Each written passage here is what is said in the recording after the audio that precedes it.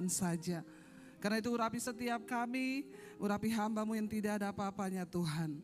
Kami butuh firman Tuhan, berbicara bagi kami hari ini. Sampaikan isi hati-Mu di tengah kami, di dalam nama Yesus. Yang percaya Tuhan di tengah kita, memberkati kita, katakan bersama. Amin, amin. Tepuk tangan sorak-sorai buat Tuhan. Mari kita buka bersama Kejadian pasal 26, judul perikopnya Ishak di negeri orang Filistin. Ya. Ayat yang pertama, firman Tuhan berkata, kita baca bersama 1, 2, 3. Maka timbullah kelaparan di negeri itu. Ini bukan kelaparan yang pertama yang telah terjadi dalam zaman Abraham. Sebab itu Ishak pergi ke Gerar kepada Abimelek, raja orang Filistin. 2. Lalu Tuhan menampakkan diri kepadanya serta berfirman, janganlah pergi ke Mesir, diamlah di negeri yang akan kukatakan kepadamu. Saudara, Alkitab berkata pada zaman itu timbullah kelaparan di negeri itu, di tanah Kanaan, di tempat Ishak tinggal. Menurut saudara, kelaparan di negeri yang kita sedang tinggal itu masalah enggak? Tiba-tiba kita tinggal di satu kota, lalu kota itu mengalami kelaparan. Tidak ada hasil panen, semuanya kering. Dengan kata lain terjadi resesi, terjadi kelaparan.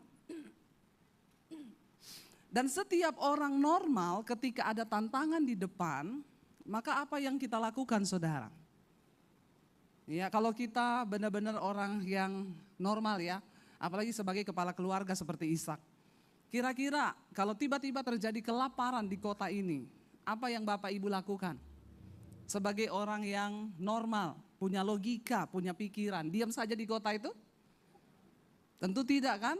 Ya, berarti normal ya. Kalau kita diam saja, itu artinya kita hidup tanpa perencanaan.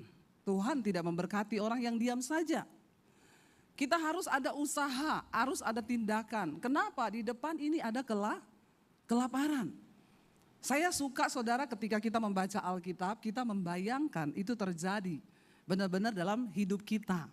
Sehingga kita bisa membayangkan sebagai kepala keluarga, kira-kira bapak-bapak ya ketika terjadi kelaparan, ya pastikan nggak ada kelaparan aja seringkali kita khawatir, kita akan berusaha bagaimana kita mempertahankan hidup ini. Itu normal sebagai manusia karena kita hidup di dunia. Ya, harus ada perencanaan. Anak-anak muda di sini, jangan engkau hidup tanpa perencanaan, tiap hari main handphone, bertobat. Amin. Ya, pikirin masa depanmu. Jangan habiskan waktu sehari 24 jam hanya dengan pegang handphone. Engkau tidak berpikir tentang masa depanmu. Engkau gak pernah berpikir dan berdoa bagaimana Tuhan akan menuntun. Setelah ini saya mau kemana? Anak-anak muda sekarang itu jadi anak-anak muda yang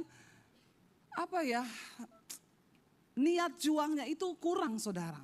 Tapi saya percaya yang di sini semuanya luar biasa. Jangan menghibur diri. Ya, semoga itu aminnya benar karena kita punya Tuhan. Ya, milikilah perencanaan. Ya, kenapa? Kalau tanpa perencanaan semuanya bubar. Ya, semuanya bingung. Tiba-tiba engkau merasa engkau sudah tua. Ada pepatah berkata kita itu masih bisa berjuang sampai umur 40 tahun katanya sih. Jadi kalau engkau tidak memanfaatkan umur sampai 40 tahun anak muda, setelah itu engkau sudah tidak punya nilai juang lagi ya, dan dengan mudah engkau akan menyerah. Karena di usia setelah 40 tahun itu banyak hal yang terjadi. Kita sudah tidak berani lagi kayak dulu. Makanya orang-orang yang usia 30 ke atas itu mereka masih punya daya juang yang kuat. Tapi mendekati 40 itu sudah ada takutnya, ya namanya juga manusia ya. Makanya berjuang dan punyalah perencanaan selama engkau masih bisa. Lalu Ishak punya perencanaan, ketika kelaparan datang, ya dia pergi meninggalkan negerinya kepada Abimelek raja orang Filistin. Tetapi Ishak itu berencana akan pergi ke Mesir. Tentunya dengan sebuah pengharapan, di sana dia akan menemukan kehidupan yang lebih baik lagi. Karena di sini sudah terjadi kelaparan, hasil tanah nggak ada, semuanya kering, tandus, terus mau ngapain? Dia berniat untuk pergi ke Mesir. Dan Alkitab berkata ayat 2, lalu Tuhan menampakkan diri kepadanya serta berfirman, janganlah pergi ke Mesir, diamlah di negeri yang akan kukatakan kepadamu. Tapi Ishak kan sudah melangkah toh. Dan Tuhan bilang ketika dia berusaha, ada sebuah perencanaan untuk ke Mesir, perkara Tuhan membelokkan rencananya itu, tapi kan dia sudah melangkah meninggalkan negeri yang kelaparan itu. Tuhan bilang jangan ke Mesir, tapi pergi ke negeri yang akan aku tunjukkan. Tuhan memberkati perencanaan kita, hidup itu harus punya perencanaan. Ketika kita berencana, Ishak melangkah keluar meninggalkan daerahnya, maka Tuhan menampakkan diri kepada dia. Dan Tuhan berbicara kepada Ishak. Saudara, berapa banyak di antara saudara yang masih percaya bahwa Tuhan kita Tuhan yang masih berbicara? Angkat tangan. Enggak angkat tangan, pulang saja. Buat apa kita ikut Yesus kalau kita enggak percaya dia sanggup berbicara? Banyak orang berkata, enak aja dengar suara Tuhan, dengar suara Tuhan. Terserah, engkau enggak percaya, saya percaya. Dan karena itu saya melihat. Dan karena itu terjadi dalam hidup saya. Berulang kali Tuhan menyatakan kepada bangsa Israel, Allah yang engkau sembah ini, aku adalah Allah Israel, Allah yang hidup. Setiap kali Tuhan menyatakan diri kepada bangsa Israel, kepada Musa, dia berulang kali terus menekankan sebuah kalimat, aku adalah Allah yang hidup. Allah yang engkau sembah itu adalah Allah yang hidup. Kalau dia hidup berarti dia bisa berbicara. Kita tidak menyembah Tuhan yang mati. Terlalu amat sangat disayangkan kalau sebagai orang Kristen, ya, apalagi kita melayani Tuhan, tapi kita nggak pernah dengar Tuhan berbicara. Kita nggak pernah rasakan tuntunannya, bahkan kita tidak pernah mengalami mujizatnya. Rugi, kasihan deh lu. Bilang kanan kirimu, kasihan deh lu. Kalau nggak dengar suara Tuhan. Kalau tidak mengalami Tuhan. Alkitab berkata ketika Ishak melangkah keluar meninggalkan negerinya, Tuhan menampakkan diri kepadanya. Orang bertanya, Bu, bagaimana bisa dengar suara Tuhan? Bagaimana bisa mengalami Tuhan? Bagaimana bisa kita mengalami hal-hal supranatural dalam hidup ini? Saudara, tidak semuanya di dalam hidup ini bisa engkau pikirkan dengan logika dan engkau selesaikan dengan pikiranmu. Ada hal-hal supranatural yang Tuhan sediakan. Dan itu bisa terjadi bagi orang-orang yang percaya kepada Tuhan. Katakan, yes, karena Allahmu itu Allah yang hidup. Allah yang kita sembah, Allah yang hidup. Orang bertanya, Bu, bagaimana saya bisa mendengarkan suara Tuhan? Tentunya Alkitab berkata, Tuhan bergaul karib dengan orang yang takut akan Dia.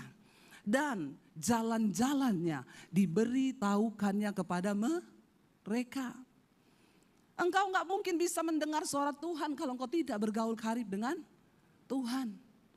Bagaimana caranya bergaul karib dengan Tuhan? Baca isi hati Tuhan setiap hari, dengarkan firman Tuhan, katakan. Kalau di zaman ini orang Kristen tidak bertumbuh imannya itu kebangetan. Sekarang ada YouTube, saudara. Anda bisa mendengarkan firman, ketika ada masalah tinggal cari di YouTube. Michael Gunawan, klik khotbah. Debbie Basjir, klik khotbah. Semua ada. Jadi kebangetan kalau hari ini saudara tidak bertumbuh imannya. Segala khotbah ada di YouTube sekarang. Beda dengan zaman saya bertobat tahun 95. Jangankan YouTube, HP belum ada. Bagaimana kita bisa bertumbuh? Untung kita punya Roh Kudus yang ada di segala zaman. Amin. Saya bertumbuh dengan pembacaan Alkitab di kamar, sembunyi-sembunyi. Setiap ayat yang saya baca, saya catat, saya dapatkan rema. Hari ini saudara punya media di tanganmu, pakai itu media untuk menambahkan imanmu kepada Tuhan. Tapi hati-hati, memang media ini bisa bikin kita semakin kudus, bisa, tapi bisa bikin juga kita semakin rusak. Ya, hati-hati Bapak-bapak. Saya berulang kali ngomong, saya mau cari khotbah di sini, saya ketik kaki Dian, saya search, yang muncul kakinya Dian.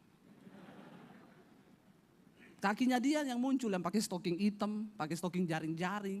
Nanti kaki Dian, kaki Susi, ya, kaki-kaki semua di situ muncul. Sekarang tinggal kita nih, kita mau ketik yang kaki Dian atau kakinya Dian. Amin Bapak-bapak. Kalau Bapak-bapak kira-kira yang diklik apa? Ada ibu-ibu yang jawab kakinya Dian. Itu ibu suaminya mana ya? Kalau saya sedih sih ya jadi suaminya, itu berarti pengalaman pribadi itu. Ya, bisa menambah iman, tapi bisa menjerumuskan iman. Sekarang semua itu kan tergantung respon kita, saudara. Sekali engkau ketik kakinya Dian, besok engkau ditawari kakinya Susi.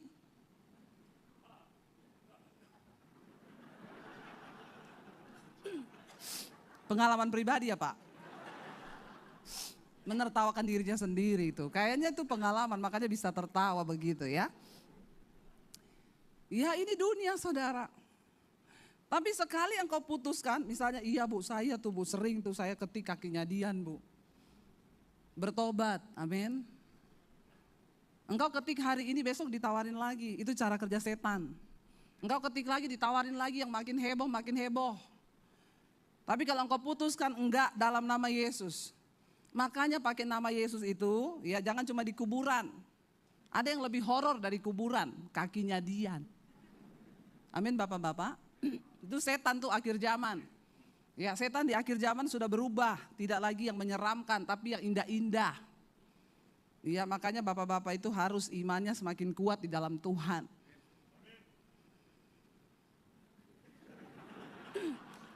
Yang tertawa kenceng, yang amin juga kenceng di situ. Berarti ada niat untuk imannya semakin bertumbuh, amin. Itu namanya orang yang baik. Habis itu dikasih saya angpau loh Pak. Iya saudara, iman kita harus bertumbuh supaya kita bisa mendengar suara Tuhan. Alkitab berkata Tuhan itu bergaul karib dengan orang yang takut akan Dia.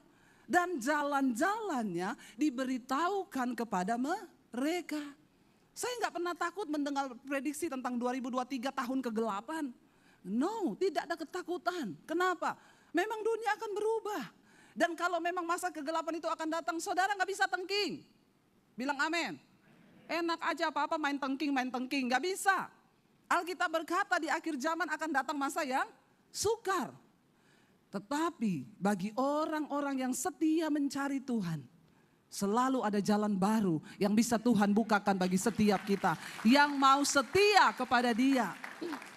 Di tahun baru ini, ayo mantapkan hati dan imanmu. Aku mau lebih sungguh-sungguh lagi di dalam Tuhan.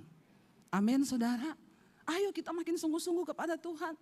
Ya, lalu Tuhan menampakkan diri kepada Ishak. Dia menyatakan kepadanya, jangan pergi ke Mesir. Pergi ke negeri yang akan aku tunjukkan kepadamu. Kita boleh punya perencanaan dengan semua kematangan, kita boleh punya rencana. Tetapi kalau Tuhan berkata jangan, maka jangan. Ini namanya kita punya kepekaan bersama Tuhan. Bapak-bapak, engkau punya perhitungan bisnis oke. Engkau pintar dalam hal berbisnis, tapi kadang-kadang yang namanya jebakan iblis di depan engkau nggak tahu. Tapi Tuhan akan beritahukan kepada orang-orang yang bergaul karib dengan Tuhan.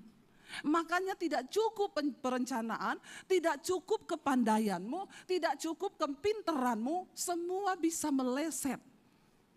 Tapi tuntunan Tuhan tidak akan pernah salah bagi hidup kita, katakan. Makanya bergaul dengan Tuhan, banyak baca Alkitab. Hari-hari ini jangan suka nonton drama Korea. Banyak ini ibu-ibu nonton drama Korea pakai acara nangis-nangis. Sampai jiwanya terhanyut, nonton khotbah gak pernah nangis dia. Ya tiap malam ya, tolong saudara yang suka nonton drama Korea tiap malam, nonton Mesbah Doa di Debbie Basir TV. Yang belum subscribe, tolong subscribe. Jangan lupa komen dan share. Ya, mending kita tambah iman kita. Mending kita bangun iman kita. Karena hari-hari ini engkau tidak bisa berpegang pada apapun. Jangan andalkan logikamu, jangan andalkan kepandaianmu. Berhenti pakai strategi-strategi manusia. Duduk di kaki Tuhan dan minta tuntunannya. Sebagai jemaat kita harus mengandalkan Tuhan. Sebagai gereja pun begitu. Jangan dengan kekuatan kita membangun gereja. Jangan dengan strategi-strategi kita. Duduk di kaki Tuhan dan minta perkenanan Tuhan turun. Katakan amin. Tidak cukup kepintaran kita saudara. Mau saudara gereja sebesar apapun. Kalau engkau tidak mengandalkan Tuhan. Dan engkau tidak melibatkan Tuhan di dalam pelayanan. Semuanya akan menjadi sia-sia. Tempatkan Tuhan sebagai yang nomor satu dalam ibadah kita, di dalam kehidupan kita, di dalam pelayanan kita. Berjalan sesuai dengan firman. Jangan jadi orang Kristen tapi bikin jalan sendiri. Jadi gereja bikin jalan sendiri. Nggak mau nurut sama Alkitab. Sebesar apapun gereja bisa hancur saudara. Sebesar apapun bisnismu bisa hancur kalau engkau tidak tunduk kepada Tuhan. Sebesar apapun pelayanan kita bisa tutup kalau Tuhan tidak lagi berkenan. Mari kita sungguh-sungguh mengandalkan Tuhan. Sebab Alkitab berkata Tuhan menentang orang yang sombong. Ingat peristiwa kapal Titanic. Yang pembuatnya bilang apa? Kapal ini sudah dirancang sedemikian rupa sehingga tidak ada satupun kuasa yang bisa menenggelamkan kapal ini. Termasuk Tuhan pun tidak bisa menenggelamkan. Baru peluncuran perdana saudara, baru peluncuran perdana itu Tuhan tuh. Sangat kita lihat di situ bagaimana Tuhan menentang orang yang sombong. Baru peluncuran perdana, kapal itu menabrak, menyenggol gunung es. Dan terbelahlah lambung kapalnya dari ujung ke ujung. Saat itu juga kapal yang termewah di dunia itu pun Jangan pernah menantang Tuhan. Seringkali kita berkata, saya nggak tantang Tuhan bu.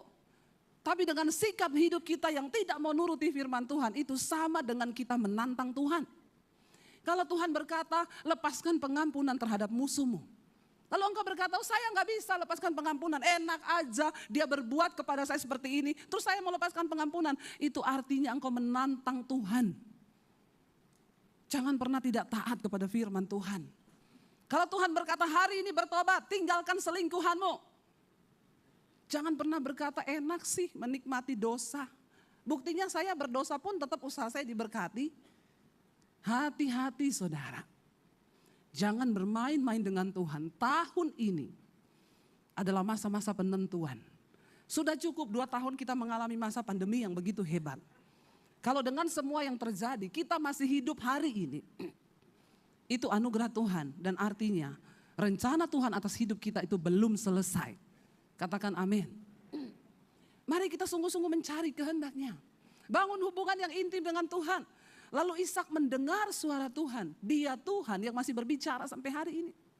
Dia Tuhan yang masih mau menuntun saudara dan saya.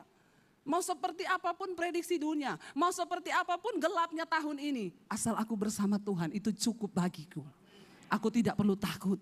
Aku tidak perlu gentar karena Tuhan adalah penjamin, Dia yang membimbing hidupku. Tahun ini adalah tahun mari kita berjalan bersama Tuhan. Minta pimpinan Tuhan. Ketika Tuhan berkata kepada Ishak, diam di negeri yang akan aku tunjukkan kepadamu. Ishak gak ngomong ini, Tuhan aku udah bikin perencanaan. Semuanya sudah matang. Aku udah siapin uang 5M Tuhan, aku akan buka perkebunan di sana. No, Ishak tunduk kepada kehendak Tuhan. Orang yang bisa mendengar suara Tuhan itu pasti orang yang dengar-dengaran. Sangat menakutkan kalau kita menjadi orang Kristen tapi kita gak bisa lagi mendengar suara Tuhan. Sedikit saja kita berdosa di hati, Tuhan itu akan menegur loh. Kalau kita itu punya relasi yang intim. Saya punya sedikit saja rasa kepada seseorang, waduh jangan-jangan orang ini begini ya. Roh Kudus tegur loh. Jaga hatimu loh, jangan menghakimi. Karena kamu tidak tahu apa yang sebenarnya terjadi. Saya bilang ampuni saya Tuhan, ampuni. Iya ampuni saya Tuhan. Kalau kita bergaul bersama dengan Tuhan, Dia akan berbicara. Sedikit saja kita punya sesuatu yang tidak berkenan, Roh Kudus itu akan mengingatkan. Saudara jengkel sama orang sedikit aja, Roh Kudus akan ingatkan. Lepaskan pengampunan, lepaskan pengampunan. Jangan bilang enak aja, itu saya mau tuntut dia itu. Betapa sombongnya kita saudara. Mari kita merendahkan diri di kaki Tuhan. Ishak dia gak ngotot dengan perencanaan yang dia buat. Dia gak bilang aku sudah bikin semuanya oke. Istriku juga sudah setuju, saya sudah siapin modal. Enggak, ketika Tuhan bilang diam. Dan engkau harus pergi ke negeri yang akan aku tunjukkan kepadamu. Ishak sangat percaya bahwa Tuhan tidak pernah salah. Amin saudara. Tapi bedanya Tuhan sama manusia itu memang beda tipis. Tuhan maha tahu, manusia sok. Tuhan maha tahu, makanya kita jangan sok tahu. Ada begitu banyak kegagalan di dalam hidup kita itu yang terjadi akibat kita sok tahu. Coba kita melangkah bersama Tuhan. Apapun duduk di kaki Tuhan, sertakan Tuhan di dalam setiap perencanaanmu. Ishak adalah orang yang bikin rencana, tapi bedanya dia menyertakan Tuhan di dalam setiap perencanaannya. Tahun ini libatkan Tuhan dalam setiap perencanaanmu. Suami istri bersehati sepakat dulu. Karena Alkitab berkata, apabila di dunia ini ada dua orang yang sehati sepakat, maka Tuhan akan mencurahkan berkatnya ke situ. Dan saudara tahu siapa dua orang itu? Adalah suami istri. Kalau tiap hari engkau ribut dalam rumah tanggamu, tidak mungkin tahun ini akan menjadi tahun berkat bagimu. Siapa yang bisa menentukan berkat atas hidup kita? Adalah kita ketika kita berespon dengan benar terhadap firman Tuhan. Jangan banyak berantem. Yang datang suami istri coba lihat-lihatan. Lihat istrinya, lihat suaminya bilang, "Say, jangan banyak berantem ya, tahun ini kita hidup akur ya." Cepat, jangan lihat istri orang, lihat istrimu sendiri.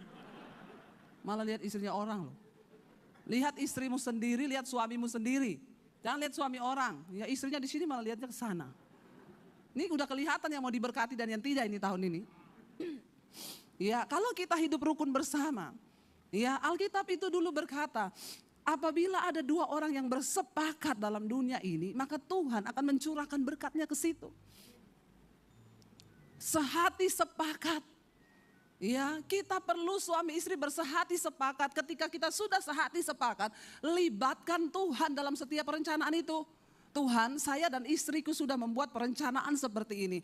Tapi Tuhan, dengan kekuatan logika kami tidak punya apa-apa. Karena itu kami undang Tuhan turun atas setiap rencana kami di tahun ini. Dan Engkaulah yang sanggup memberkati segalanya. Katakan bersama, amin. Maka kita akan melihat berkat Tuhan. Jangan ribut-ribut suami istri. Sudahlah, capek berantem terus, amin. Orang itu enak hidup damai bersama. Masalah kecil ditiadakan, masalah besar dikecilkan. Jangan tidak ada masalah cari-cari. Masih kurangkah masalahmu? Sukanya cari masalah. Ya ayo kita mulai komit dalam rumah tangga. Tanda orang yang hidup dalam perkenanan Tuhan itu ada damai sejahtera di hatinya. Ya ketika hidup rumah tangga kita penuh damai sejahtera, maka berkat Tuhan itu akan dicurahkan. Ya tapi saudara, kalau engkau tidak berubah, ribut terus kerjaannya, berantem terus, sorry.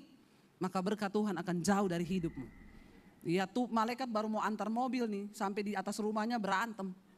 Malaikat bilang, Tuhan saya sudah mau jawab doanya, mau antar mobil lagi berantem. Tuhan bilang, antar ke rumah Bu Debi. Ya diantar ke rumah saya saudara, lagian saudara berantem terus. Ya ayo kita semua punya hak istimewa dari Tuhan. Jangan berkata, ya karena Bu Debi kan hamba Tuhan makanya sering lihat mujizat. No. Tuhan menyediakan janjinya itu bagi saudara dan saya. Bagi orang yang mau sungguh-sungguh percaya. Tapi kenapa seringkali kita gak bisa lihat mujizat? Ya karena hidupmu sendiri. Tuhan bilang, bukan telingaku kurang tajam dengarkan doamu. Bukan tanganku kurang panjang untuk menolong engkau. Tetapi dosamu, pelanggaranmu itulah yang menghalangi, menghambat semua berkat-berkat Tuhan tercurah atas hidup kita. Hari ini mari kita bersih-bersih diri saudara. Makin kesini tuh makin bijaksana jadi orang, amin. Jangan makin ribut, makin cari masalah. Sudahlah, Tuhan sudah mau datang. Ayo, jangan hidup dalam kepahitan. Suami istri ini bereskan hidup. Enggak usah dosa-dosa masa lalu lagi diungkit-ungkit terus dalam rumah tangga. Ya ada loh saudara, kemarin orang konseling sama saya, Bu suami saya itu loh. Dia itu kalau kita lagi duduk sama-sama dia tanya, dulu mantanmu berapa? Saya jawab ya 6. Terus apa aja yang dilakukan oleh 6 mantanmu sama kamu? Saya heran Bu dengan suami saya ini. Setiap kali nanti kalau saya nggak jawab dia paksa saya. Pasti kamu sudah lakukan macam-macam. Aduh capcay ya, saya bilang bawa sini suamimu saya baptis ulang, saya rendam. 15 menit. Biar buka mata langsung di rumah Bapa di sorga. Daripada cari keributan saja tiap hari. Yang diungkit yang masa lalu, Tuhan saja sudah lupa itu. Bahkan malaikat juga udah gak peduli berapa mantanmu, hello. Gak usah ingat-ingat mantan. Sukanya ungkit-ungkit, lalu gak ada masalah cari-cari masalah. Bagaimana Tuhan mau memberkati urusannya yang dulu-dulu. Kamu ingat gak dulu? Saya bilang gak ingat, itu waktu itu kucing belum berbulu. Ngapain diingat yang dulu-dulu? Ya saya bilang, ibu ajak aja suamimu konseling sama saya sini. Gak mau ketemu pendeta, ya suruh ketemu dukun. Lah terus mau apa coba? Capek gak jadi istri juga kayak begitu tiap hari dicemburui. Cemburu bu, saya punya Instagram. Disuruh tutup, nanti mantu, kamu berteman kan sama mantanmu. Dia cari tahu nama mantannya siapa. Mantanmu namanya siapa. Coba saya cek di IG-mu, berteman gak sama kamu di IG. Dicek ada bener mantannya. Tuh kan kamu berteman sama mantanmu di IG, istrinya bilang ya namanya orang minta pertemanan ya biasa. Tutup saja IG-mu, kamu ndak usah lagi pakai IG, pakai Facebook, tutup semua. Jadi istrinya bilang sama saya pakai nama lain sekarang bu. Istrinya tidak kurang hikmat saudara. Akhirnya kan jadi bohong, kenapa? Gara-gara tidak ada masalah jadi masalah. Kenapa sih orang cari ribut hidupnya, cari masalah hidupnya? Iya, saya sih bersyukur suami saya tanya berapa mantanmu, saya bilang sudah mati semua mantan saya. Ya, iya benar saudara.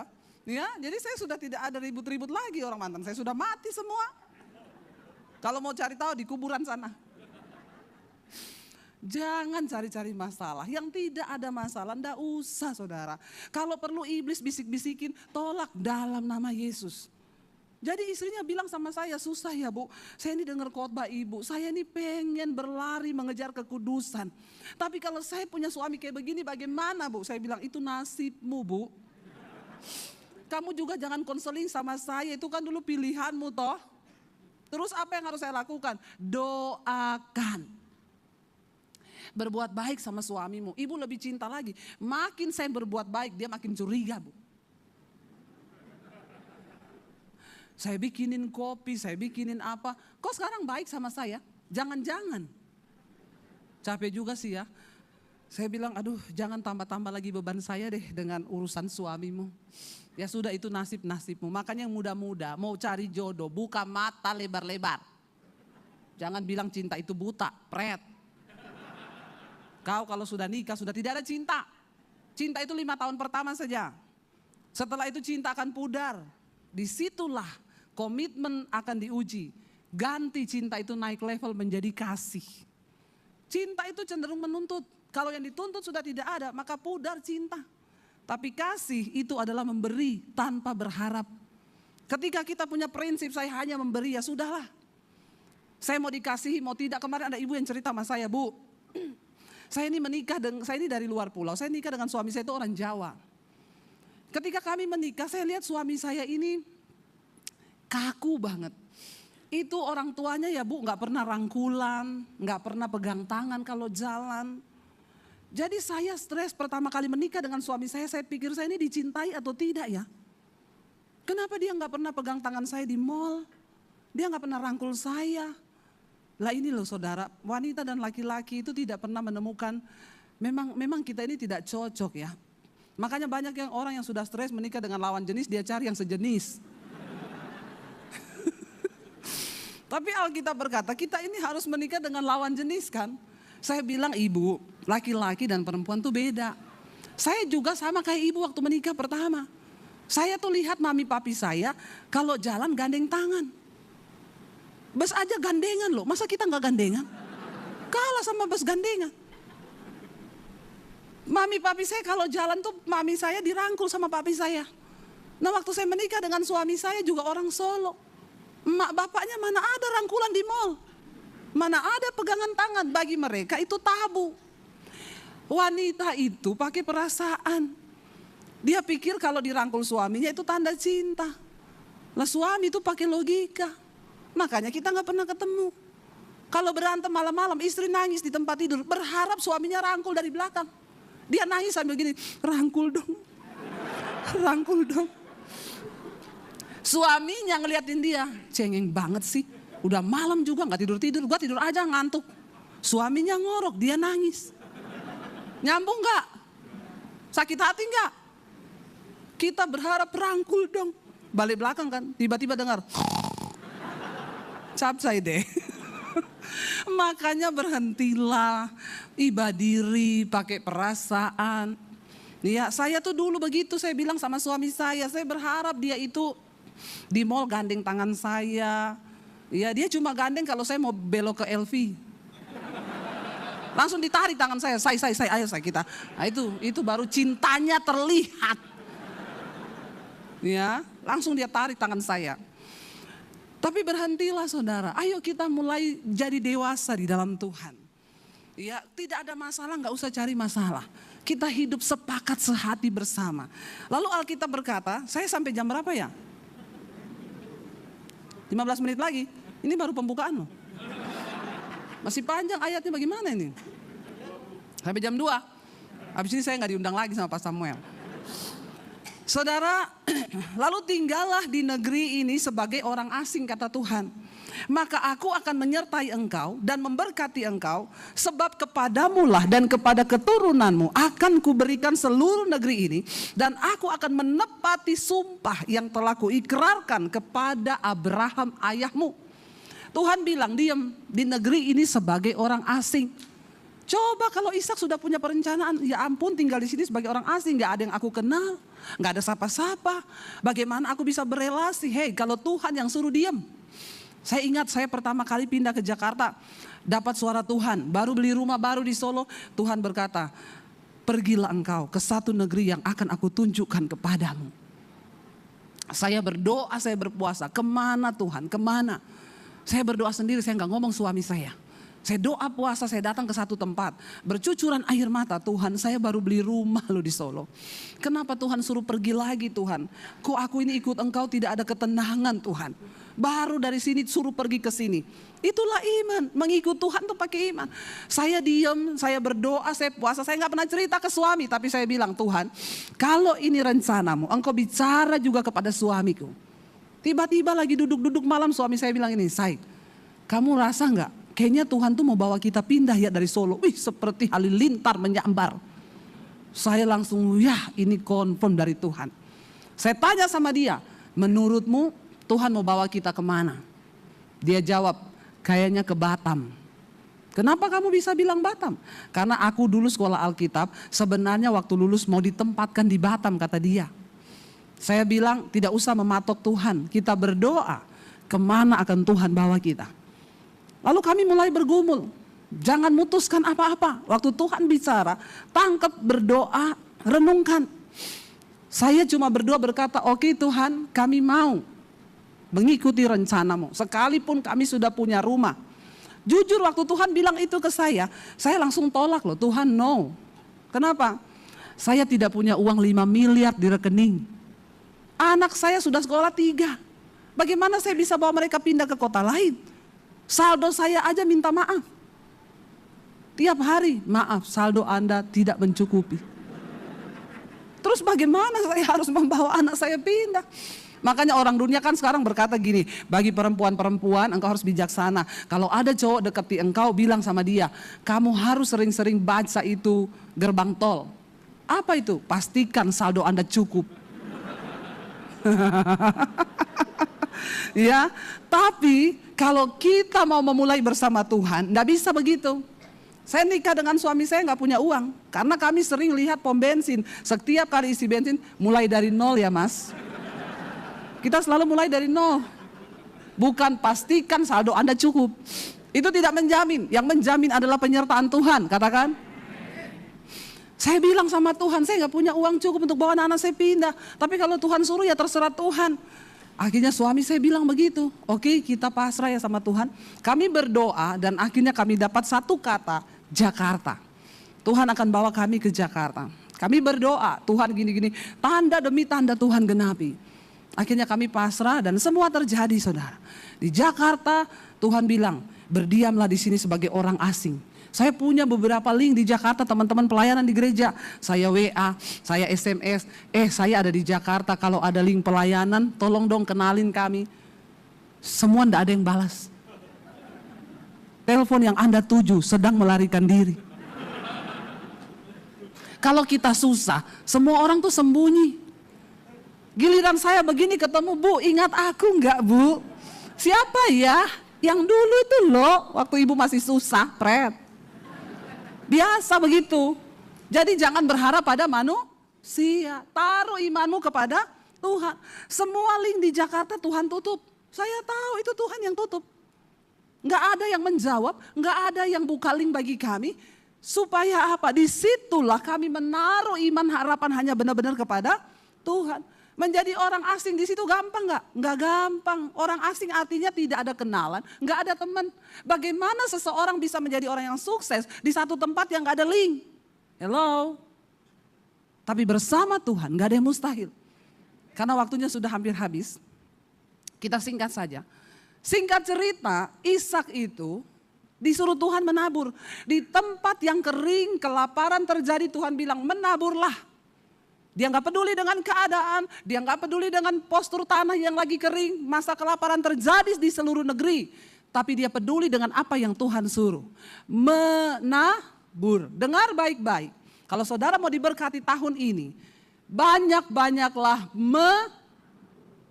tolong yang kencang suaranya. Banyak-banyak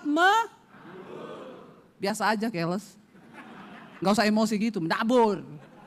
Saya tahu ini kalau sudah ngomong soal menabur, menabur lagi. Sukanya ngomong menabur, pendeta itu. Alkitab yang ngomong. Barang siapa yang memberi, siapa yang menabur, dia yang akan menuai. Di tempat yang kering, tanahnya lagi tandus, pecah-pecah, Tuhan suruh tabur benih. Masuk akal nggak? Ikut Tuhan itu nggak masuk akal. Saya bersaksi. Saya bersyukur kenapa Tuhan percayakan hari ini keuangan yang begitu luar biasa bagi kami saudara. Waktu gak punya uang, saya tuh sering tinggal punya uang itu, lihat hamba Tuhan, Tuhan bilang tabur sama dia. Berapa Tuhan? Sekian. Saya tengking dalam nama Yesus. Ini pasti suara setan. Karena di rekening saya pas-pasan itu, masa saya suruh tabur sama dia segitu. Tuhan bilang tabur. Saya uji lagi dalam nama Yesus. Tapi saya taat. Roh Kudus itu terus di hati ini loh. Makanya Rasul Paulus bilang, aku ini tawanan roh. Saya praktekkan saudara. Saya tabur saat itu. Lalu saya ngelus dada. Puas Tuhan. Saya gak berani cerita ke suami saya. Karena laki-laki itu cenderung pakai logika kan. Dia pasti akan ngomong, kamu itu loh udah tahu uang pas-pasan. Nabur lagi. Bapak-bapak, survei membuktikan ukuran otak laki-laki itu lebih kecil daripada ukuran otak perempuan. Tetapi bapak-bapak itu overload, otaknya diisi dengan semua pikiran. Anaknya masih mau kuliah 5 tahun, dia udah mikir dari sekarang. Padahal Alkitab berkata kesusahan sehari cukup untuk, jangan kau pikir yang 5 tahun ke depan. Otak laki-laki itu lebih kecil daripada perempuan. Tetapi banyak yang overload karena laki-laki itu selalu pakai logika. Makanya survei membuktikan yang paling banyak kena stroke itu bapak-bapak. Perempuan itu ukuran otaknya gede, memorinya juga gede. Tapi karena jarang dipakai, makanya agak-agak longgar saudara. Karena wanita itu pakai perasaan, dia ada masalah, dia nangis, selesai sudah. Nggak perlu pikir. Itu wanita, dia nggak usah mikir. Dia curhat aja sama temennya ya, Cin, gue lagi ada masalah nih. Temennya jadi sudah males sih baca-baca WA-nya dia terus ya, curhat terus. Dia pikir cuma dia yang ada masalah. Dia ketik panjang gitu ya, temennya nggak baca, cuma dibalas, sabar say. Dia sudah plong saudara, sudah plong dia, karena dia sudah curhat. Beda laki-laki itu kan nggak boleh curhat toh. Ada di sini yang suka curhat laki-laki? Berarti engkau setengah? Nih ya. Saudara, ayo kita ya sungguh-sungguh mengandalkan Tuhan hari-hari ini. Karena tidak ada yang bisa kita andalkan. Dan Alkitab berkata kepada Ishak menabur dan dia taat. Dan Alkitab mencatat saudara, dikatakan oleh firman Tuhan ayat 12. Kejadian 26 ayat 12. Maka menaburlah Ishak di tanah itu dan dalam tahun itu juga loh. Gak tunggu tahun depan. Dalam tahun itu juga ia mendapat hasil berapa? 100 kali lipat sebab ia diberkati Tuhan. Dan orang itu menjadi kaya, bahkan kian lama kian kaya sehingga ia menjadi sangat. Kenapa dia menjadi kaya saudara? Alkitab nggak bilang begini. Maka menaburlah Ishak, tahun itu juga mendapat hasil 100 kali lipat. Sebab ia pintar. Sebab perencanaannya itu mateng. Sebab modalnya gede. No, Alkitab bilang sebab ia Mari jadi orang yang diberkati Tuhan. Engkau gak perlu modal gede. Jangan bilang saya gak punya modal. Tuhan itu bisa membuka jalan dengan cara yang ajaib. Saya ketemu seseorang saudara. Dia cerita sama saya tanya, ibu tinggal di mana? Tinggal di Ambon. Ibu usahanya apa? Puji Tuhan bu, saya sih punya pom bensin. Ibu-ibu muda loh saudara. Ya mungkin saudara yang sering dengar khotbah saya sudah ada nih ya. Saya ngomong sama yang belum dengar aja, Bapak tutup kuping aja kalau udah dengar. Ya, nggak apa-apa, ini jadi berkat ya. Jadi berkat saudara. Saya mendengar dia itu luar biasa. Saya nih bu, awalnya kenapa saya pengen buka pom bensin? Bukan karena saya punya modal, saya nggak punya modal bu. Saya itu ngisi di Ambon, saya tinggal di kepulauan. Ngisi bensin antri panjang kayak ular, harganya itu berlipat-lipat kali ganda. Terus saya bilang sama Tuhan gini, Tuhan, seandainya saya bisa buka pom bensin di sini ya, rakyat di sini nggak perlulah bayar sampai berlipat kali ganda dan nggak usah antri. Masa ini kampung segini pom bensinnya 1 tok, berebut sama orang yang bawa jergen. Saya pengen Tuhan buka pom bensin. Lalu dia cerita sama ibu pendetanya bilang, aku kenal kepala Pertamina. Ayo saya kenalkan kamu sama kepala Pertamina. Lalu benar bu, iya benar, yuk. Mereka pergi ke kantor Pertamina. Sampai di depan security ditanya, mau ketemu siapa? Mau ketemu kepala Pertamina. Sudah ada janji? Tidak ada janji. Siapa kepala Pertaminanya? Mereka sebut nama, security-nya ngomong, oh itu bapak sudah lama pindah. Tidak di sini lagi. Menurut saudara harapannya mati enggak? Enggak kenal kan sama kepala Pertaminanya? Enggak ada link kan, linknya tutup. Tapi dia bilang, tapi enggak apa-apa walaupun bukan bapak itu lagi, saya boleh enggak saya ketemu? Ya tunggu ya bu, nanti saya tanya dulu kalau beliau mau ketemu. Jalan Tuhan itu selalu ada bagi orang yang mengandalkan Tuhan. Lalu oh boleh bu, bapaknya mau ketemu, ya sudah masuk saudara. Sampai di dalam, bapaknya tanya ada perlu apa? Pak saya bisa nggak buka pom bensin? Di mana? Di daerah ini loh, saya tinggal daerah ini. Itu tuh masa pom bensin 1 tok. Oh sorry bu, di situ sudah ada rencana akan buka lagi 1. Tapi sudah ada orang yang menang tendernya. Oh berarti nggak bisa ya Pak? Nggak bisa Bu, ya sudah saya pamit ya Pak, cerita-cerita. Kenapa Ibu pengen buka pom bensin? Mau cari untung jadi orang kaya? Oh enggak Pak, saya tuh punya kerinduan supaya daerah ini itu bensin nggak mahal banget dan orang nggak usah antri kayak begini. Kalah sama yang bawa jergen yang lain sebagainya. Bagus ya niatnya Ibu, iya ya, tapi nggak bisa, di daerah situ sudah ada beberapa yang akan buka. Oh ya udah saya pamit ya Pak. Waktu keluar di pintu keluar ada peta pulaunya mereka. Terus bapak itu bilang gini, Bu kalau di daerah sini ibu punya tempat, ini tuh masih belum ada, ibu mau nggak?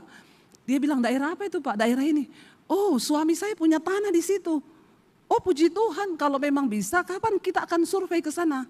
Serius Pak? Serius? Ya udah ya, minta nomor telepon. Gitu aja. Dia pulang. Apa yang perlu saya siapkan Pak untuk Bapak survei? Ada uang kah yang harus saya bayar? Enggak usah Bu, semua sudah ada dananya, nanti anak buah saya pergi survei. Anak buahnya datang survei, oke ini strategis untuk buka pom bensin. Oke Bu, kita setujui Ibu buka pom bensin situ, siapin modalnya sekian-sekian.